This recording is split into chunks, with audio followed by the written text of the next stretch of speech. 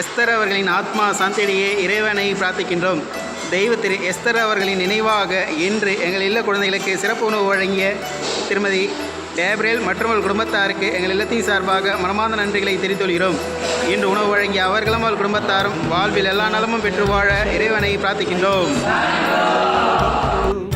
ஆறு கோளம் ஊத்தெடுக்கும் அன்பு மகனே, 4 திசை திறந்திருக்கு, நடக்கிற தெம்பிருக்கு, முன்னேறி 8 வையடா முத்து மகனே.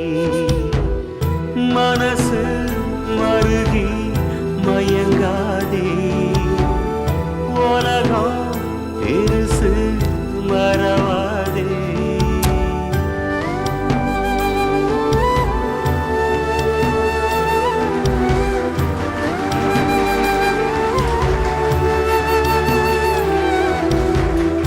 ஆடியில காத்தடிச்சா ஐப்பசியில் மழையடிக்கும், 6 கோளம் ஊத்தெடுக்கும்.